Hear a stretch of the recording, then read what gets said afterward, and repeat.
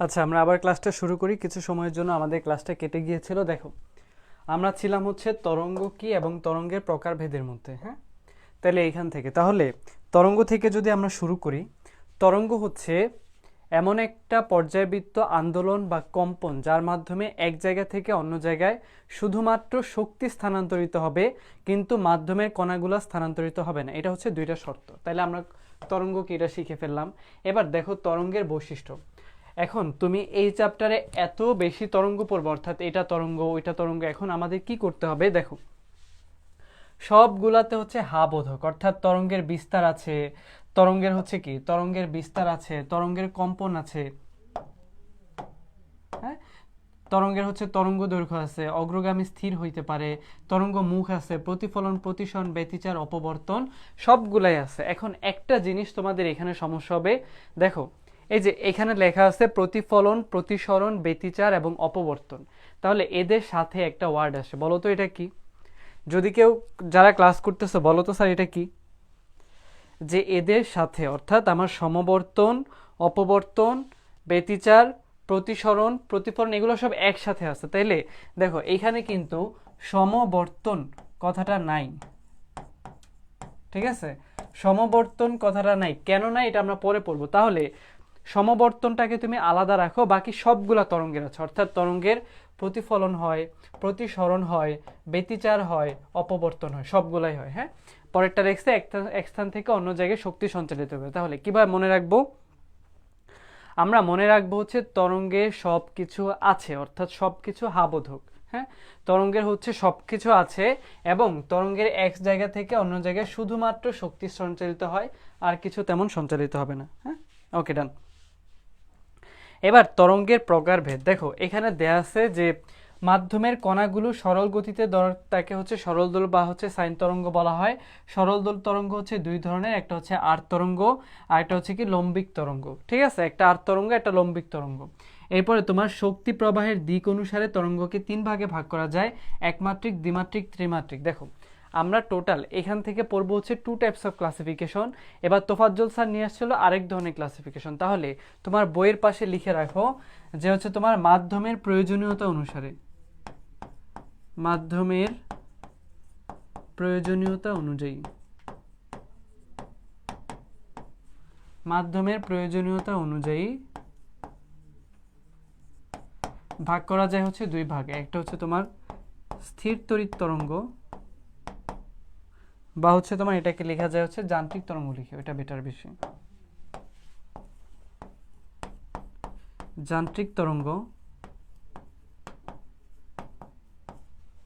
দুই নাম্বার লেখা যায় হচ্ছে তোমার তড়িৎ চুম্বক তরঙ্গ বা তাড়িৎ চুম্বক তরঙ্গ।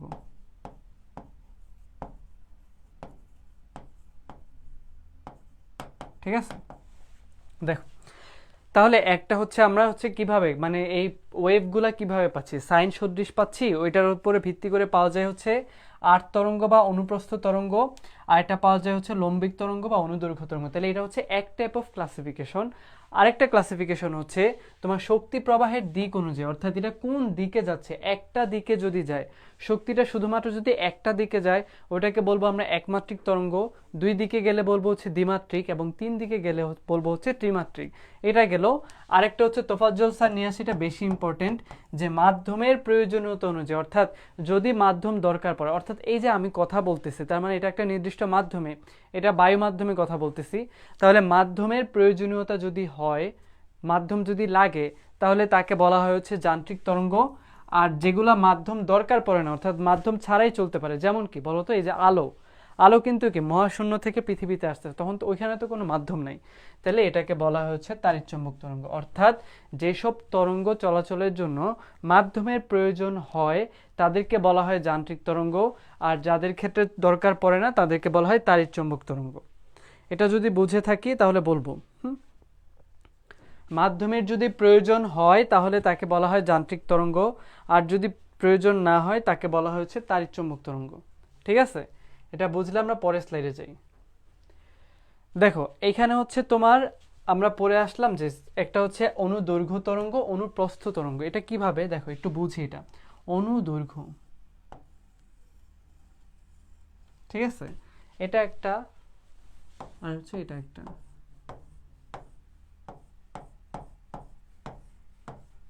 এবার দেখো তোমার আমরা যখন অনুপ্রস্থ তরঙ্গ পড়বো, দেখো আমরা কি বলছি যে একটা মাধ্যমে, এটা হচ্ছে তোমার সেই কম্পাঙ্ক বা হচ্ছে তরঙ্গ।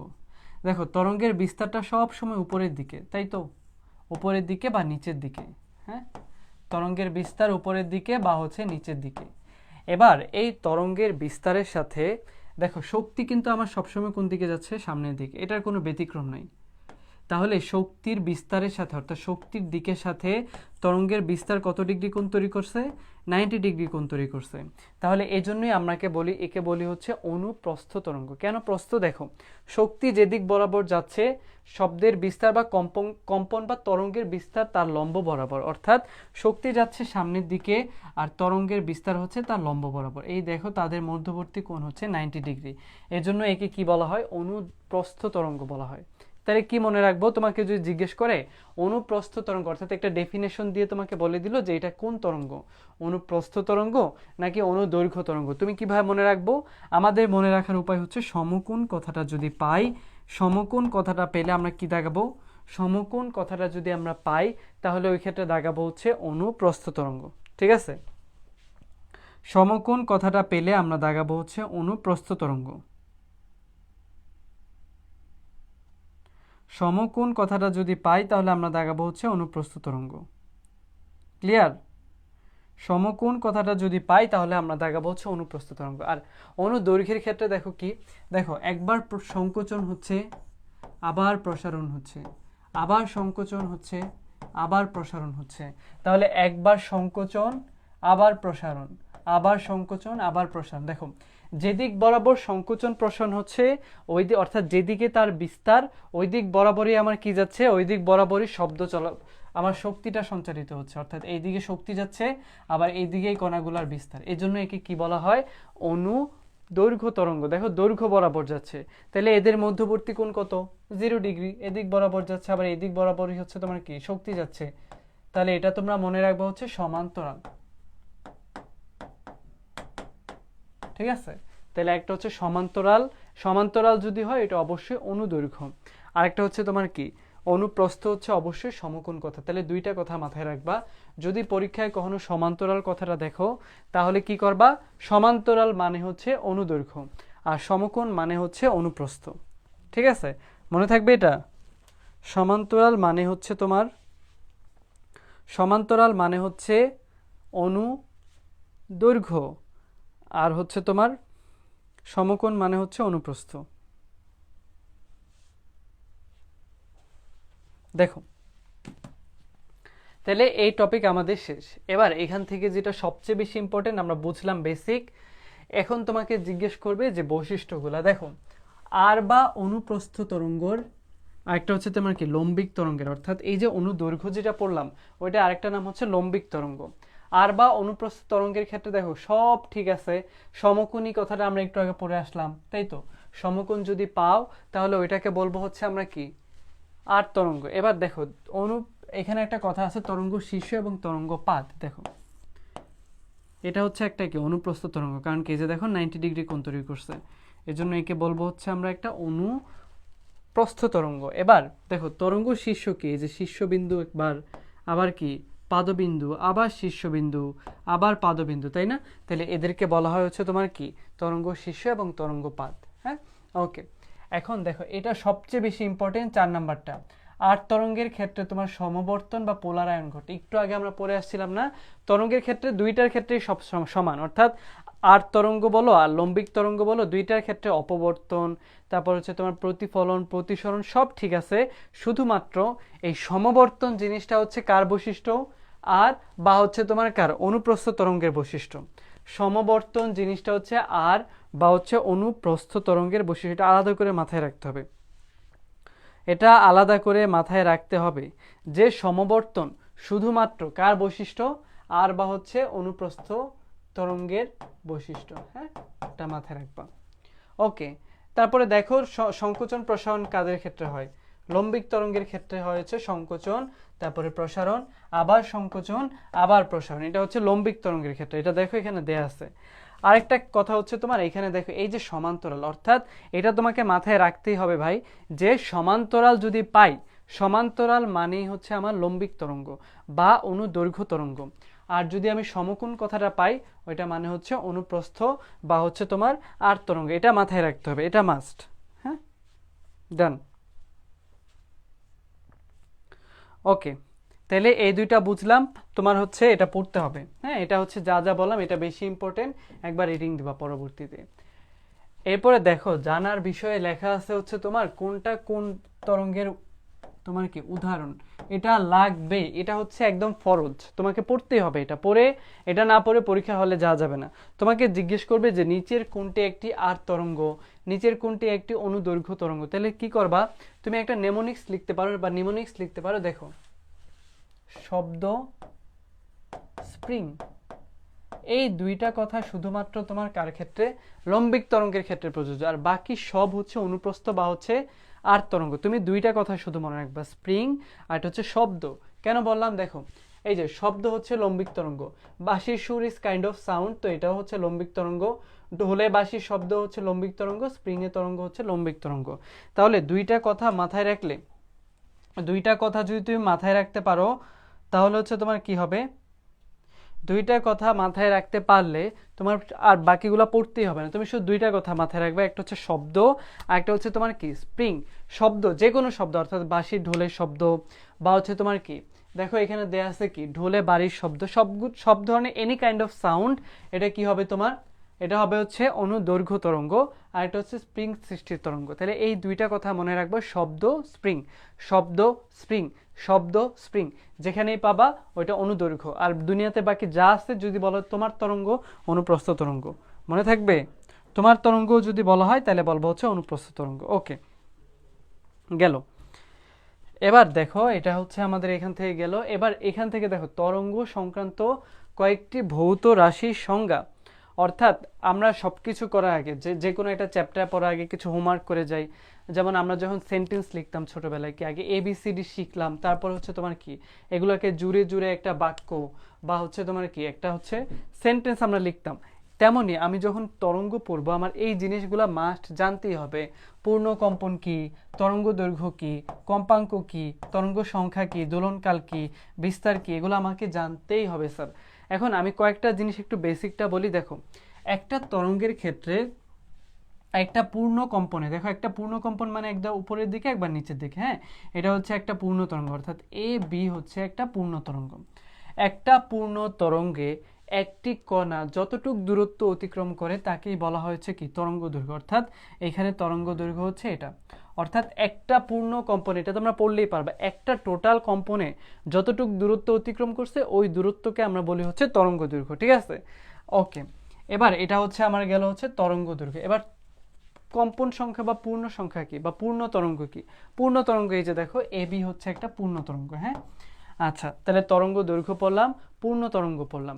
এবার পড়বো হচ্ছে আমরা কি, দেখো আমরা পড়বো হচ্ছে তোমার কি কম্পাঙ্ক বা স্পন্দন সংখ্যা। কম্পাঙ্কের ক্ষেত্রে তোমার মাথায় রাখতে হবে এখানে সময় অবশ্যই 1 সেকেন্ড। হ্যাঁ, সময় হচ্ছে 1 সেকেন্ড।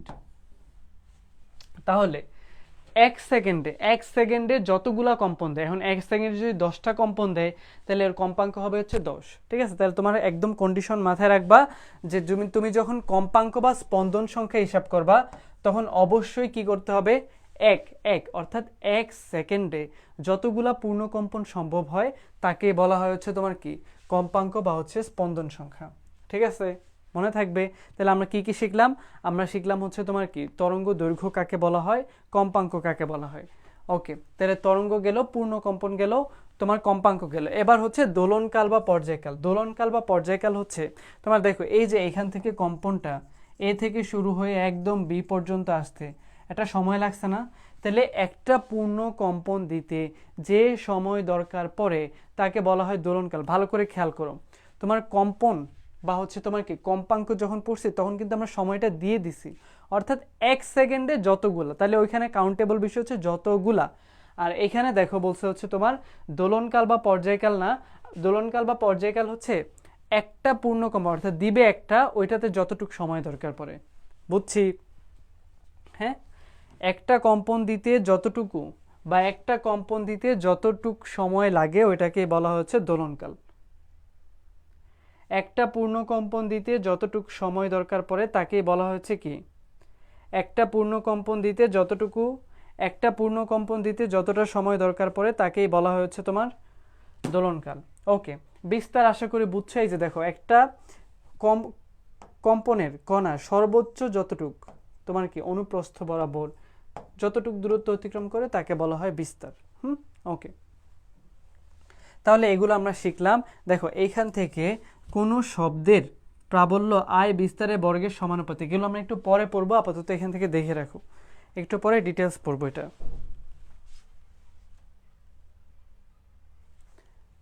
আদি দশা, তরঙ্গ বেগ, তরঙ্গ মুখ, রশ্মি, তরঙ্গ শীর্ষ, তরঙ্গ পাত, তারপর হচ্ছে তোমার কি, তোমার হচ্ছে কি তীক্ষ্ণতা বা পিচ, জাতি বা গুণ, তরঙ্গের তীব্রতা। দেখো, আমরা কি দেখাইছিলাম, এটা যদি একটা তরঙ্গ হয়, এটা একটা তরঙ্গ হইলে এটাকে বলা হয়, অর্থাৎ ধনাত্মক দিকে সর্বোচ্চ বিন্দুকে বলা হয় তরঙ্গ শীর্ষ, আর ঋণাত্মক দিকে সর্বোচ্চ বিন্দুকে বলা হয়েছে তরঙ্গ পাদ। ঠিক আছে,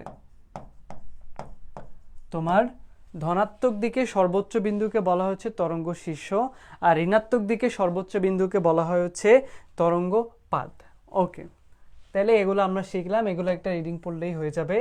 তোমাকে জিজ্ঞেস করবে যে দেখো, এখান থেকে দুইটি শব্দে উচ্চার তীব্রতা এবং তীক্ষ্ণতা এক হলেও তারটিকে অন্যটিকে পৃথক করা যায়। এই যে জাতি বা গুণ, তরঙ্গের তীব্রতা, তীক্ষ্ণতা, এই তিনটা একদম ঠোঁটস্থ করে ফেলতে হবে। একটা হচ্ছে কি তীক্ষ্ণতা বা পিচ, জাতি বা গুণ, আর একটা হচ্ছে তরঙ্গের তীব্রতা। এই তিনটা মাস্ট লাগবেই তোমার কি। দেখো, এই তিনটা হচ্ছে একটা তীক্ষ্ণতা বা পিচ, জাতি বা গুণ, আর একটা হচ্ছে তরঙ্গের তীব্রতা। অন্যগুলা ডেফিনেশনও তো আসবে না, বাট নিচের তিনটা ডেফিনেশন আসবে।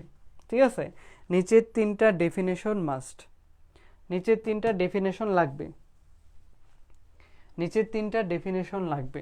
আর এই যে V is equal to N lambda বা হচ্ছে V is equal to F lambda, এটা হচ্ছে আমরা কি ছোট থেকেই পড়ে আসতেছি, এই সূত্রটা মাথায় রাখতেই হবে। ভি ইজ ইকুয়াল টু হচ্ছে F lambda, V is equal to F lambda, এটা লাগবে। ভি ইজ ইকুয়াল টু হচ্ছে এফ ল্যামডা। হ্যাঁ, এটা হচ্ছে তোমার কি তরঙ্গ বেগ। তাহলে তিনটার মধ্যে একটা হচ্ছে ভি হচ্ছে তরঙ্গ বেগ, তারপরে কি এফ হচ্ছে কম্পাঙ্ক বা এন দিয়েও করতে পারো, আর এটা হচ্ছে ল্যামডা। হ্যাঁ, ল্যামডা হচ্ছে কি তরঙ্গ দৈর্ঘ্য।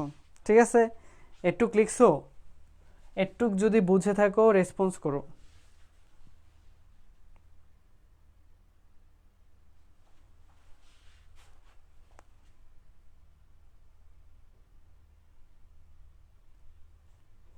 একটু যদি বুঝে থাকো রেসপন্স করো।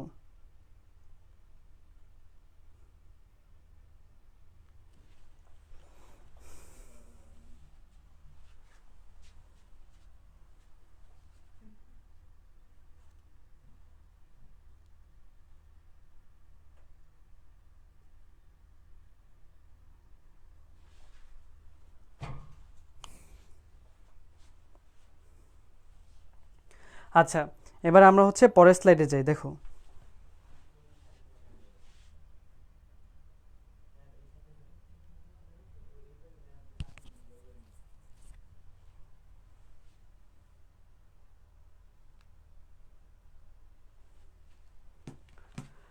দেখেন এখানে দেয়া আছে হচ্ছে তোমার কণার বেগ আর একটা হচ্ছে তরঙ্গের বেগ, একটা কণার বেগ আর একটা তরঙ্গের বেগ। অর্থাৎ আমরা বলছিলাম না যে তরঙ্গ হচ্ছে এমন একটা জিনিস যেটা হচ্ছে তোমার কি এক মাধ্যম থেকে অন্য মাধ্যমে শুধুমাত্র শক্তিকে স্থানান্তর করবে, কিন্তু নিজে মানে কি মাধ্যমের কণাগুলোকে স্থানান্তর করবে না।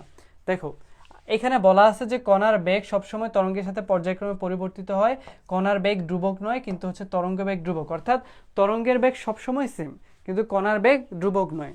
হ্যাঁ, এরপর হচ্ছে ডানে বামে পরিবর্তিত করে। অর্থাৎ দেখো, এটা হচ্ছে একটা কণা, এই যে কণা, কিন্তু দেখো তরঙ্গের বেগ হচ্ছে এদিক বরাবর। হ্যাঁ, ঠিক আছে। এবার দেখো, এখান থেকে আমরা দুইটা জিনিস পড়ব। এটা এতটুকু যদি বুঝে থাকো, পরবর্তীতে আমরা একটা ম্যাথ চলে যাই, এটা লাগবে। দেখো, আগে একটু ম্যাথটা পড়ি। তিনটি সুরশলাকার কম্পাঙ্ক যথাক্রমে 123, 669 এবং 369 এবং 615 হার্টজ। এখন তোমাকে জিজ্ঞেস করছে যে তরঙ্গ দৈর্ঘ্যের অনুপাত কত। তাহলে আগে আমরা দেখি কি দেয়া আছে। দেখো, দেয়া আছে হচ্ছে কম্পাঙ্ক এফ বা এন এর রেশিও দেয়া আছে কত, 123, এটা দেখো এটা আমরা শর্টকাটে করব, তোলো 123, 379, আর একটা হচ্ছে তোমার 615, ঠিক আছে। এখন তোমার পরীক্ষা হলে তো এত টাইম নেই যে এটা হচ্ছে তুমি করে করে তারপরে বের করবা হচ্ছে তোমার কি তরঙ্গ দৈর্ঘ্য। এটা আমার দেয়া আছে, আমার চাইছে হচ্ছে ল্যামডা কি। দেখো এই ম্যাথটাতে শর্টকাট অ্যাপ্লাই করবা। দেখো এরকম যখন তিনটা রেশিও দিয়ে দিবে, তুমি সবচেয়ে ছোটটা দিয়ে তিনটাকে ভাগ করবা, তাহলে কত হয় দেখো 123 ডিভাইডেড 123, তারপর হচ্ছে 369 ডিভাইডেড 123, তারপরে কত তোমার দেখো 615 ডিভাইডেড 123। হ্যাঁ, তাহলে আমরা কি করব, যখন এরকম তিনটা রেশিও দেয়া আছে আমরা হচ্ছে কি সবচেয়ে ছোট সংখ্যাটা দিয়ে ভাগ করলাম। কি করলাম, সবচেয়ে ছোট সংখ্যা দিয়ে তিনটাকে ভাগ করলাম। সবচেয়ে ছোট সংখ্যা দিয়ে তিনটাকে ভাগ করার পরে দেখো কত আসবে, 1:3:5, ঠিক আছে, 1:3:5। এবার কি করব দেখো, তুমি যার নিচে সংখ্যাটা লিখবা, অর্থাৎ 1-এর নিচে লিখবা 1কে বাদ দিয়ে বাকি দুইটার গুণফল 15। এবার দেখো 3কে বাদ দিয়ে, অর্থাৎ 3-এর নিচে যেহেতু লিখবো 3কে বাদ দিয়ে বাকি দুইটার গুণফল, 5-এর নিচে লিখবো 5কে বাদ দিয়ে বাকি তিনটার গুণফল। দেখো তো আনসারটা মিলছে, এই যে দেখো আনসার, ঠিক আছে। এটা হচ্ছে শর্টকাট, এটা লাগবে স্যার। দেখো তাহলে কি করলাম, তোমাকে দিয়ে দিছে হচ্ছে কম্পাঙ্ক, তোমার চাইছে হচ্ছে তরঙ্গ দৈর্ঘ্য। এবার আমি কি করব, যে ভ্যালুগুলা দেয়া আছে 123, 669, 369, 615, সবচেয়ে ছোট সংখ্যাটা দিয়ে আমি ভাগ করব। দেখো এখানে সবচেয়ে ছোট হচ্ছে 123, তাহলে 123কে 123 দিয়ে ভাগ করলাম, 369কে 123 দিয়ে ভাগ করলাম, আর হচ্ছে 615কে ভাগ করলাম। তাহলে ভাগ করলে কত আসবে, 1, 3, 5 আসবে।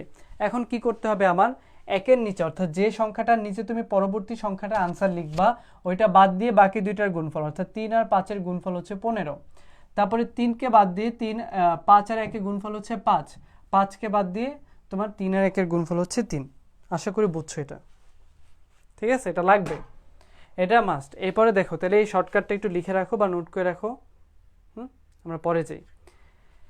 এরপরে হচ্ছে অগ্রগামী তরঙ্গ। দেখো অগ্রগামী তরঙ্গ যখন তুমি পড়বা, অগ্রগামী কথাটা যদি আমরা ভাঙি, যে অগ্রগামী অর্থাৎ যে তরঙ্গ সবসময় সামনের দিকে সঞ্চালিত হবে তাকে বলা হয় হচ্ছে অগ্রগামী তরঙ্গ। হ্যাঁ, এখন আমরা অগ্রগামী তরঙ্গটা স্থির তরঙ্গের সাথে কম্পেয়ার করে পড়বো, তাহলে আমাদের জন্য সহজ হবে।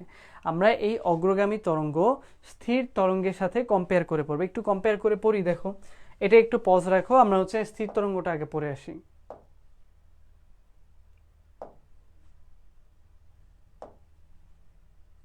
আচ্ছা, স্থির তরঙ্গতে যাওয়ার আগে আমরা এটা বলি। দেখো এই দুইটা কথা মাস্ট, কেন বললাম, দেখো একটি কণার কি বলছে, একটি কণার সরণ y এবং বেগ v এর মধ্যে দশা পার্থক্য হচ্ছে 90 ডিগ্রি।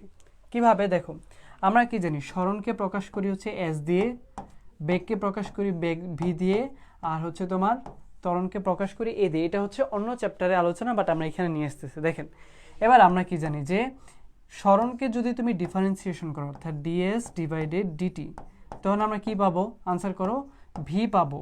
মানে আমি যদি সরণকে ডিফারেন্সিয়েশন করি আমি বেগ পাবো, আবার তুমি যদি বেগকে ডিফারেন্সিয়েশন করো dv ডিভাইডেড dt, তাহলে তুমি পাবা হচ্ছে ত্বরণ। ভালো করে খেয়াল করো, তাহলে ds divided dt, dv divided dt, অর্থাৎ তুমি যদি সরণকে ডিফারেন্সিয়েশন করো বেগ পাবা, বেগকে ডিফারেন্সিয়েশন করলে ত্বরণ পাবা। আরেকটা কথা ভালো করে মাথায় ঢোকাও স্যার, যে তুমি যখন একটা রাশিকে ডিফারেন্সিয়েশন করবা তাহলে তাদের মধ্যে দশা পার্থক্য হবে 90 ডিগ্রি, অর্থাৎ একবার ডিফারেন্সিয়েশন মানে 90 ডিগ্রি, একবার ডিফারেন্সিয়েশন মানে 90 ডিগ্রি পরিবর্তন করছো। তাহলে এখানে দেখো কি লিখছে, কণার সরণ এবং বেগ। তাহলে আমরা কি জানি, তুমি যদি সরণকে ডিফারেন্সিয়েশন করলো তাইলেই তো বেগ পাবা। দেখো সরণকে ডিফারেন্সিয়েশন করে বেগ পাইছো, তাহলে এদের মধ্যে দশা পার্থক্য কত হবে, 90। কারণ আমরা মাত্রই কি বললাম, মাত্রই পড়লাম, তুমি যখন একটা কণাকে বা যে কোনো কিছুকে একবার ডিফারেন্সিয়েশন করো তাহলে আমরা কি পাবো, আমরা হচ্ছে 90 ডিগ্রি দশা পরিবর্তিত অবস্থায় পাবো। তাহলে এই হচ্ছে সেই ইকুয়েশন। এরপর হচ্ছে কণার সরণ y, কণার সরণকে যদি y এবং ত্বরণ, তাহলে দেখো আমরা কি বলছি, তুমি দেখো স্মরণ থেকে আমরা যখন ত্বরণে আসবো কয়বার ডিফারেন্সিয়েশন করা লাগতেছে, একবার ব্যাগ আনতে হবে, তারপরে ব্যাগকে ডিফারেন্সিয়েশন করে ত্বরণে যা লাগবে, তাহলে দুইবার ডিফারেন্সিয়েশন করা লাগতেছে। এই জন্য আমাদের কি হবে, এটা হবে হচ্ছে 180 ডিগ্রি, 180 ডিগ্রি, ঠিক আছে, 180 ডিগ্রি। যেহেতু একবার ডিফারেন্সিয়েশন করা মানে কি, একবার ডিফারেন্সিয়েশন করা মানে হচ্ছে, একবার ডিফারেন্সিয়েশন করা মানে হচ্ছে কি, তোমার দশা পার্থক্য 90 ডিগ্রি পরিবর্তিত হবে। তাইলে দুইবার ডিফারেন্সিয়েশন করা মানে কি, যে হচ্ছে দুইবার পরিবর্তিত হবে। তাহলে দুইবার মানে হচ্ছে 180 ডিগ্রি, ঠিক আছে। আশা করি এটা বুঝছো।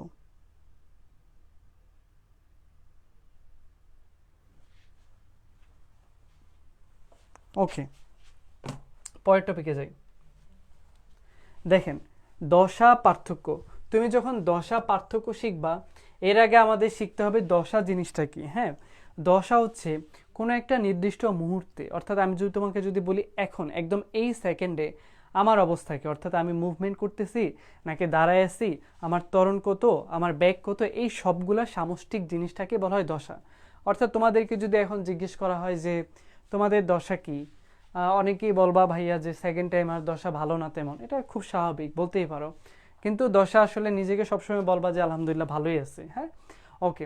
তাহলে দশা পার্থক্য, অর্থাৎ আমি আগে একটা দশায় ছিলাম, তারপরে তুমি ধরো মেডিকেলে চান্স পেয়ে গেছো, তাহলে এই যে তোমাদের যে অবস্থার পরিবর্তন হয়েছে, এটাকেই বলা হয়েছে দশা পার্থক্য। এটার ক্ষেত্রে শুধু একটা ইকুয়েশন মনে রাখবা, যাহাই পাই তাহাই 2 ল্যামডা, যাহাই পাই তাহাই 2 ল্যামডা, এটা মনে রাখতে হবে।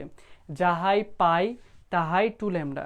কেন বললাম এটা, দেখো এখান থেকে তোমাকে দিয়ে দিবে দশা পার্থক্য, দিয়ে দিবে তোমাকে চাইবে হচ্ছে পথ পার্থক্য বের করো, আর এটা দিয়ে দিবে পথ পার্থক্য, দিয়ে দিয়ে বলবে দশা পার্থক্য বের করো। তাইলে তোমাকে যদি আমি বলি যে একটি কণা, এটা করো, একটি কণার দশা পার্থক্য, একটি কণার দশা পার্থক্য কত হবে বলো তো, একটি কণার দশা পার্থক্য হচ্ছে 2 পাই, তাহলে পথ পার্থক্য কত, পথ পার্থক্য কত, একটি কণার দশা পার্থক্য হচ্ছে 2 পাই, তাহলে পথ পার্থক্য কত, এটা একটু করো, নিজেরা একটু চেষ্টা করো। একটি কণার দশা পার্থক্য, একটি কণার দশা পার্থক্য হচ্ছে 2 পাই, তাহলে পথ পার্থক্য কত, একটি কণার দশা পার্থক্য হচ্ছে 2 পাই, তাহলে পথ পার্থক্য কত, এটা একটু করো নিজেরা। একটি কণার দশা পার্থক্য 2 পাই, তাহলে পথ পার্থক্য কত, ঠিক আছে। না পারলে আমি করে দেব।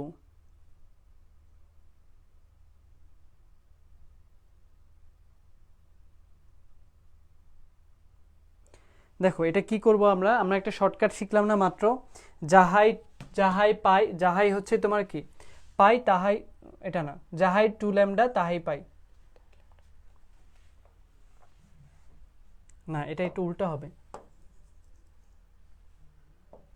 যাহাই 2 পাই তাহাই ল্যামডা। এবার দেখো আমার তোমার যদি একটা দেয়া থাকে তুমি আরেকটা করবা, অর্থাৎ এখানে দেখো আমার কি দেয়া আছে, 2 পাই দেয়া আছে, তাহলে আমরা পড়লাম মাত্র 2 পাই মানেই হচ্ছে ল্যামডা। তোমাকে এত কিছু করা লাগবে না, তুমি এই শর্টকাট দিয়ে মেডিকেলে করতে পারবা। অর্থাৎ তোমার এখানে 2 পাই দেয়া আছে, তুমি সরাসরি ল্যামডা, কারণ আমরা পড়ে আসছি যাহাই 2 পাই তাহাই ল্যামডা। এখন তোমাকে যদি ধরো 10 পাই দেয়া আছে, তাহলে তুমি কি করবা, 5 ইন্টু 2 পাই, তাই তো, তাহলে 5, 2 পাইয়ের জায়গায় আমরা কি লিখবো, ল্যামডা লিখবো, কারণ কি যাহাই 2 পাই তাহাই ল্যামডা, ঠিক আছে। তাহলে এইখান থেকে ম্যাথ আসলে আশা করি পারবো। এগুলো হচ্ছে সেম, এত বড় ম্যাথ তোমাদের আসবে না। এখন আসো হচ্ছে উপরিপাতন নীতি। দেখো তুমি যদি বাংলা কথাটাকে ভাঙো, এটা হচ্ছে উপরিপাতন, অর্থাৎ একটার উপরে আরেকটা পতিত হবে, তাই তো।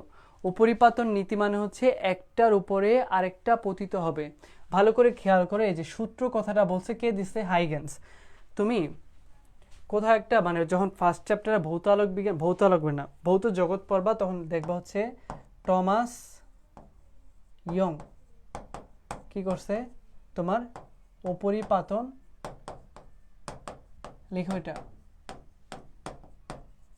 টমাস ইয়ং হচ্ছে উপরিপাতন নীতি, আর হচ্ছে তোমার হাইগেন্স কি করছে, হাইগেন্স হচ্ছে তোমার উপরিপাতন সূত্র।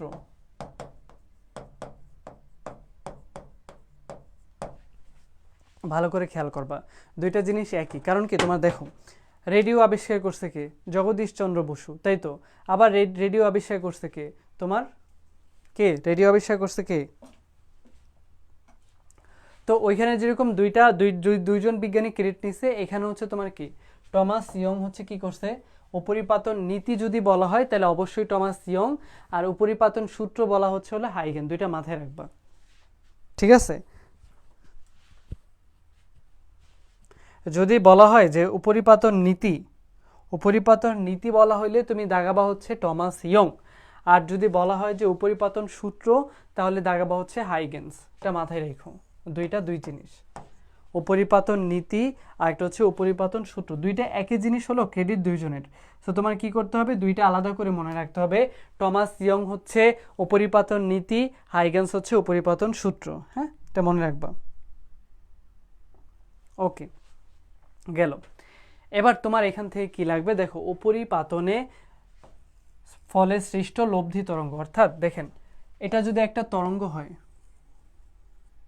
হ্যাঁ, উপরিপাতন অর্থাৎ একটা তরঙ্গ আসছে, আবার এখানে উপরিপাতিত হয়েছে, এই তরঙ্গের উপর উপরিপাতিত হয়েছে, অর্থাৎ দুইটা তরঙ্গ একটার সাথে আরেকটা উপরিপাতিত হয়ে, মানে একটার উপর একটা পতিত হয়ে ওয়েদার হচ্ছে তোমার কি, এটা তীব্রতা বাড়াইছে কোনো জায়গায় হচ্ছে কমাচ্ছে, তাহলে এই ঘটনাগুলাকেই বলা হচ্ছে লব্ধি। লব্ধি মানে কি, যোগফল। অর্থাৎ দেখেন, এখানে একটা তরঙ্গ যদি আসে, তাহলে দেখো এটার উপরে যখন এটা পতিত হয়েছে তখন কি এই জায়গায় কি তার লব্ধিটা বেড়ে গেছে, তাই তো।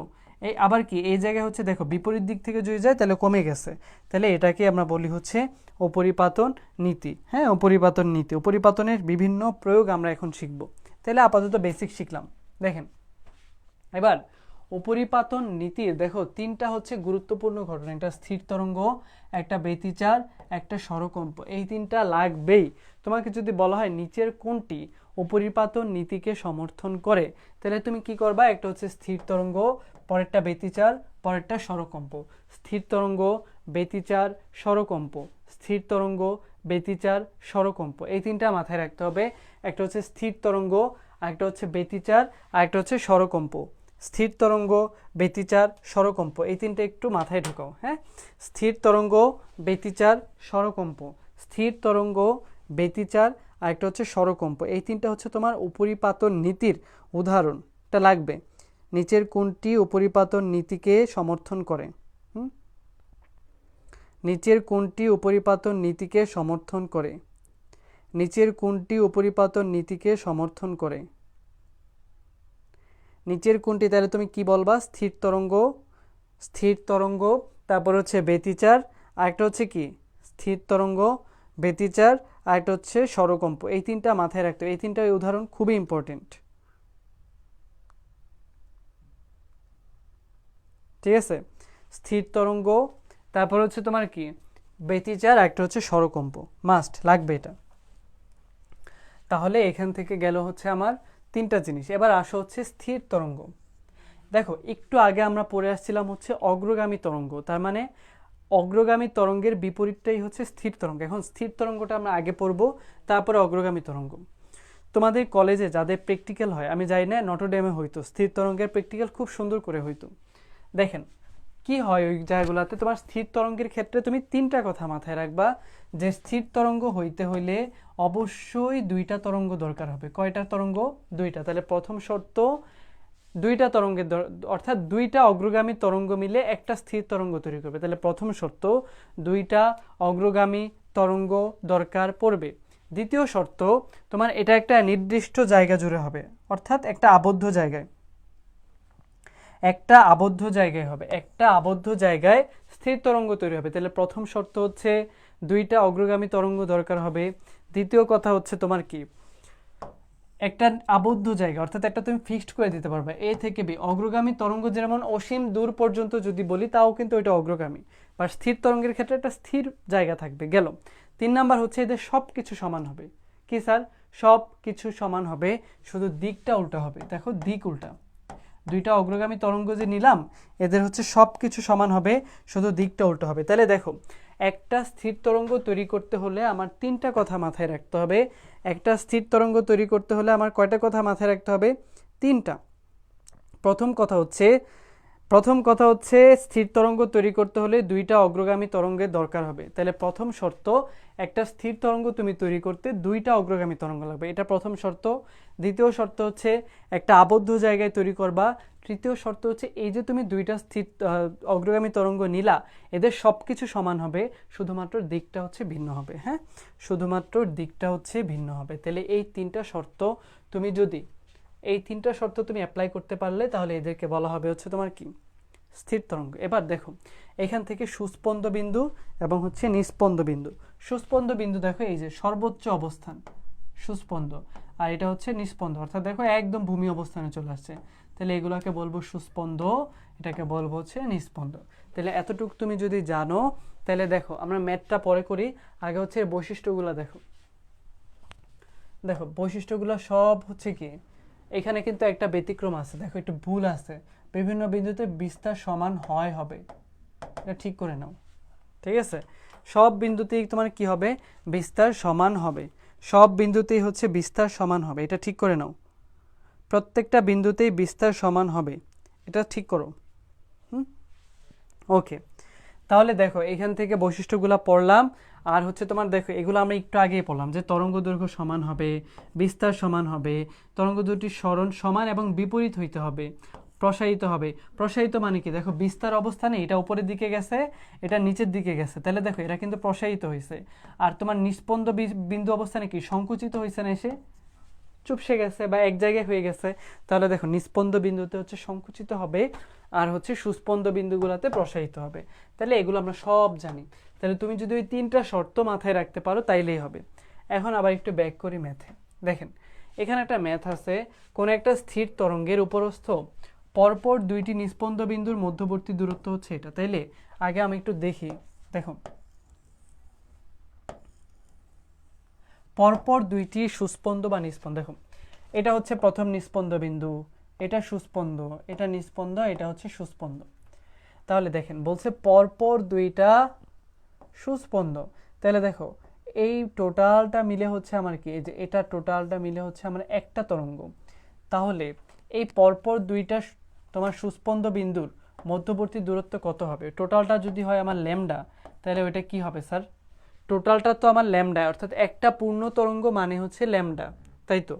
একটা পূর্ণ তরঙ্গ, তাহলে এটা একটা অর্ধেক, তাহলে ল্যামডা বাই 2 সমান হচ্ছে 0.5।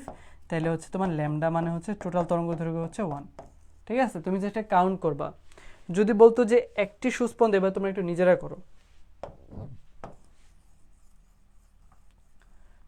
করো, একটি সুস্পন্দ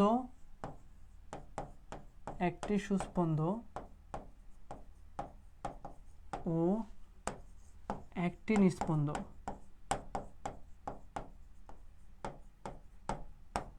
বিন্দুর মধ্যবর্তী দূরত্ব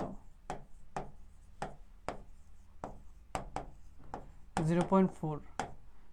তরঙ্গ দৈর্ঘ্য কত? করো এটা, 2 মিনিট সময় দিচ্ছি, এটা করো। ঠিক আছে, তোমার দেয়া আছে একটি সুস্পন্দ এবং একটি নিস্পন্দ বিন্দুর মধ্যবর্তী দূরত্ব হচ্ছে 0.4। একটি সুস্পন্দ এবং একটি নিস্পন্দ বিন্দুর মধ্যবর্তী দূরত্ব হচ্ছে 0.4। তাহলে তোমাকে জিজ্ঞেস করলাম যে এদের টোটাল তরঙ্গ দৈর্ঘ্যটা কত হবে? করো এটা।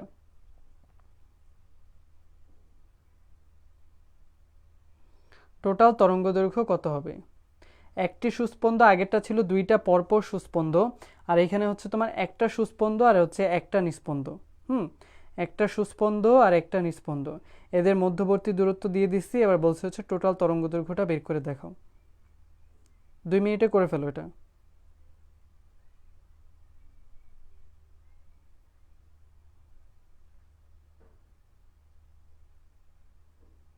ঠিক আছে, কেউ কি করছো?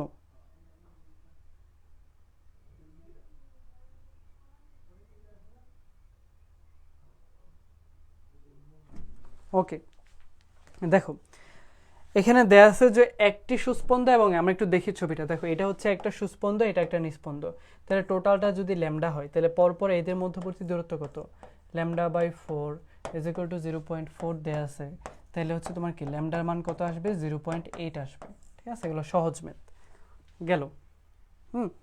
একটি সুস্পন্দ একটি নিস্পন্দ বিন্দুর কাহিনী শেষ। এখানে স্থির তরঙ্গের এটা পড়ে ফেললাম আমরা। গাণিতিক রাশিমালা এত বড়গুলো দরকার লাগবে না।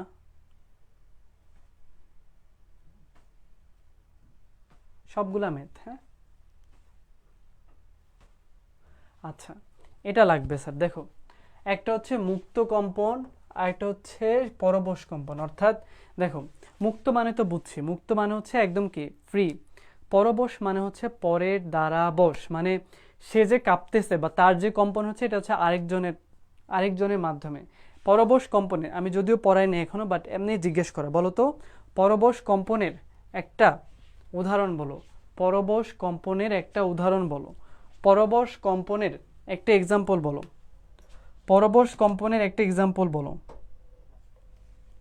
পরবশ কম্পন, পরবশ কম্পন মানে কি, কম্পিত হচ্ছে একটা জিনিস, ওইটার দেখে দেখে বা ওইটার সংস্পর্শে থেকে আরেকটা জিনিস কম্পিত হচ্ছে। তাহলে পরবশ কম্পনের একটা উদাহরণ হচ্ছে ভূমিকম্প, এটা খুবই ইম্পর্টেন্ট। ভূমিকম্প হচ্ছে পরবশ কম্পনের খুব ভালো একটা উদাহরণ। ভূমিকম্প হচ্ছে পরবশ কম্পনের খুব ভালো একটা উদাহরণ।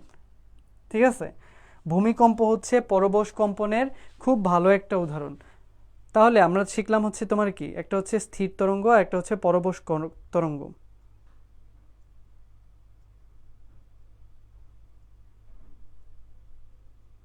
একটা স্থির তরঙ্গ আর একটা হচ্ছে পরবশ তরঙ্গ। হ্যাঁ, তাহলে স্থির তরঙ্গ হচ্ছে বা মুক্ত তরঙ্গ হচ্ছে কি, যার হচ্ছে কোনো নিজে নিজেই কম্পিত হইতে পারে, স্বাধীন। পরবশ মানে হচ্ছে মুক্ত কম্পন থেকে সে কাঁপবে। তাহলে দেখো, এখান থেকে আমরা কি শিখলাম, পরবশ কম্পনের একটা উদাহরণ হচ্ছে তোমার কি ভূমিকম্প। এবার দেখেন, এটা লাগবে। দেখো একটু পড়ি আমরা, শুধুমাত্র প্রত্যয়নক বল ছাড়া কোনো বল বস্তুর উপর ক্রিয়াশীল হয় না। বাইরে থেকে প্রযুক্ত বল, অর্থাৎ যেহেতু মুক্ত কম্পনের মাধ্যমে পরবশ হবে, তাহলে আরেকটা ফোর্স লাগবে। দেখো, সব কিছু থেকে মুক্ত হচ্ছে সুপিরিয়র, শুধুমাত্র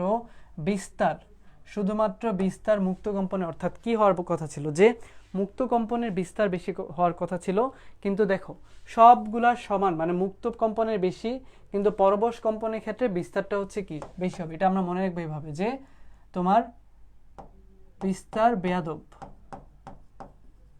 বেয়াদব কেন, সে দেখো মুক্ত থেকে বড় হয়ে গেছে, এই জন্যই কি ভূমিকম্প এত বেশি তোমার কি ক্ষতি করে, কারণ কি তার বিস্তার অনেক বেশি থাকে। ঠিক আছে, তাহলে এটাই হচ্ছে আমার কি মুক্ত আর পরবশ কম্পনের উদাহরণ। মুক্ত আর পরবশ কম্পনের পার্থক্যটা একটু পড়ে ফেলি, এটা লাগবে পরীক্ষায়, তোমাদের রিপ্লাই দেখছি। মুক্ত এবং হচ্ছে পরবশ, মুক্ত পরবশ, বুঝতে পারছি? মুক্ত আর পরবশ,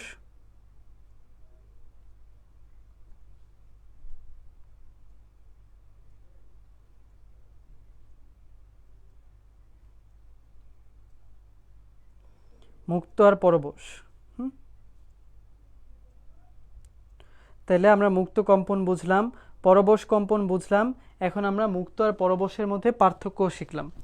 এখন দেখেন, এরপরে তাহলে মুক্ত গেল, পরবশ কম্পন গেল, এরপরে স্তরে যাই।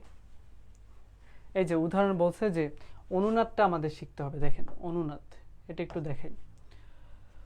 দেখো, অনুনাদ হচ্ছে এমন পরবশ কম্পন যেটা সর্বোচ্চ বিস্তার, অর্থাৎ সকল অনুনাদই তোমার দেখো কি লিখছে পরবশ কম্পন, একটা মুছি।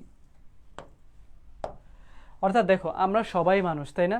এখন তুমি ওই সবচেয়ে লম্বা মানুষটাকে তোমার কি বলতে হবে, অনুনাদ বলতে হবে। মানে সকলেই হচ্ছে পরবশ কম্পন, বাট এই পরবশ কম্পনের মধ্যে যে কম্পনটার বিস্তার সবচেয়ে বেশি, তাহলে তোমার এটা মাথায় রাখতে হবে যে যে পরবশ কম্পনের বিস্তার সবচেয়ে বেশি তাকে বলা হয় হচ্ছে অনুনাদ। তাহলে অনুনাদ কি, অনুনাদ হ্যাঁ মানে হচ্ছে যে পরবশ কম্পনের বিস্তার সবচেয়ে বেশি। ঠিক আছে, যে পরবশ কম্পনের বিস্তার সবচেয়ে বেশি তাকেই বলা হয় হচ্ছে অনুনাদ। তাহলে অনুনাদের ক্ষেত্রে একদম শর্ত মাথায় রাখতে হবে, এটা একটা কাইন্ড অফ পরবশ কম্পন এবং এর বিস্তার হচ্ছে সবচেয়ে বেশি। দেখো, সকল অনুনাদি পরবশ কম্পন, অনুনাদি কম্পনের বিস্তার সবচেয়ে বেশি হবে, অনুনাদে শুরু হওয়ার পরপরই নিয়ত হয়, এগুলো একটু পড়বা, বাট এটা লাগবে স্যার। হ্যাঁ, ওকে। তরঙ্গের তীব্রতা থেকে মেবি আমাদের কালকের পড়া। তাহলে আমরা টোটাল ক্লাসটা হচ্ছে আবার সামারি করে দেখো। প্রথমেই আমরা পড়ছি হচ্ছে তোমার তরঙ্গ কি, তরঙ্গের ক্লাসিফিকেশন, তরঙ্গের উৎস অনুযায়ী কয় ভাগে ভাগ করা যায় এটা। এরপরে তোমার তরঙ্গের ক্ষেত্রে আমরা শিখলাম কয়েকটা ম্যাথ। তাহলে কি করছিলাম, ওই ম্যাথটাতে তোমার ওইখানে তরঙ্গ দৈর্ঘ্য দেয়া ছিল, বা সরি কম্পাঙ্ক দেয়া ছিল, তোমার চাইছে হচ্ছে তরঙ্গ দৈর্ঘ্যের অনুপাত। তখন আমরা কি করছি একটু দেখি।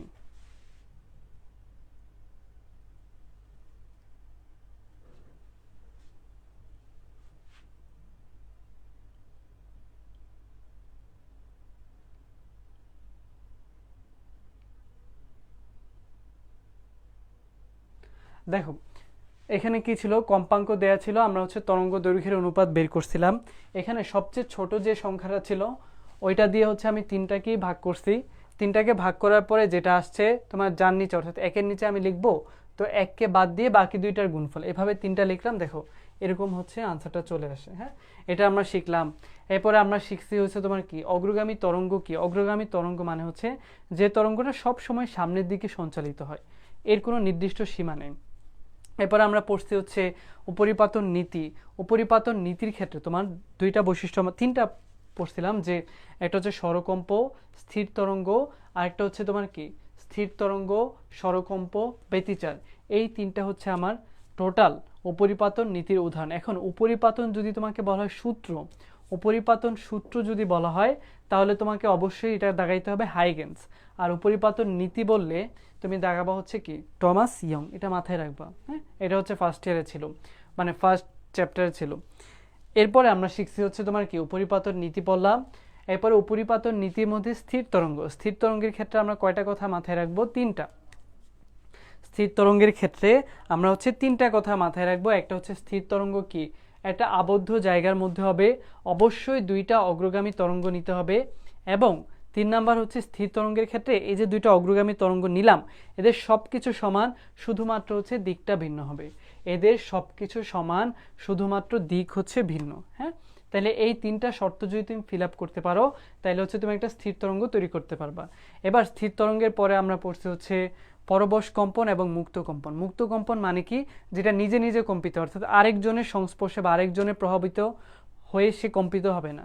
এবং পরবশ কম্পন মানে হচ্ছে মুক্ত কম্পন দ্বারা প্রভাবিত হয়ে পরবশ কম্পন গেল।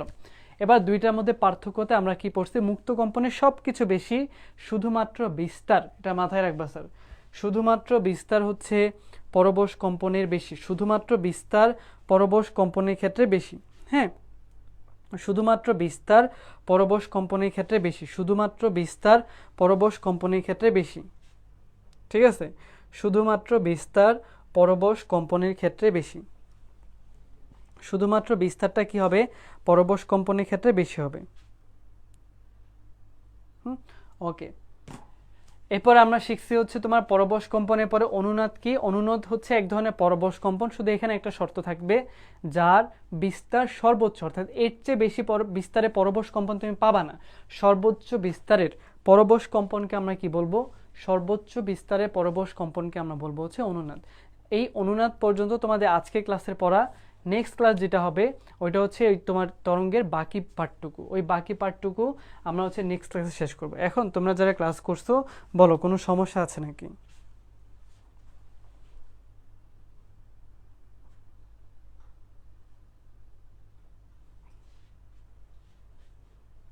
দেখো এটাতে কোনো সমস্যা আছে নাকি?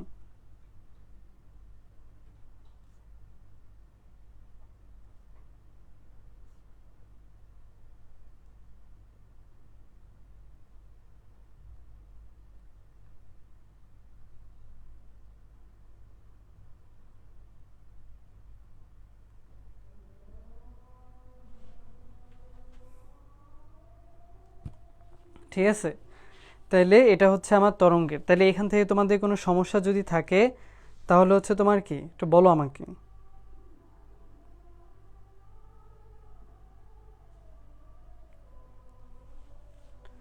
যদি না থাকে তাহলে হচ্ছে আমরা পরের ক্লাসে এটা হচ্ছে কমপ্লিট করব। হ্যাঁ, সমস্যা থাকলে বলো।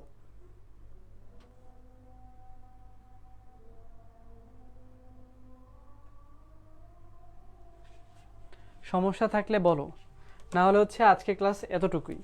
হ্যাঁ, আমরা হচ্ছে তীব্রতা থেকে কালকে পড়ব। ওকে।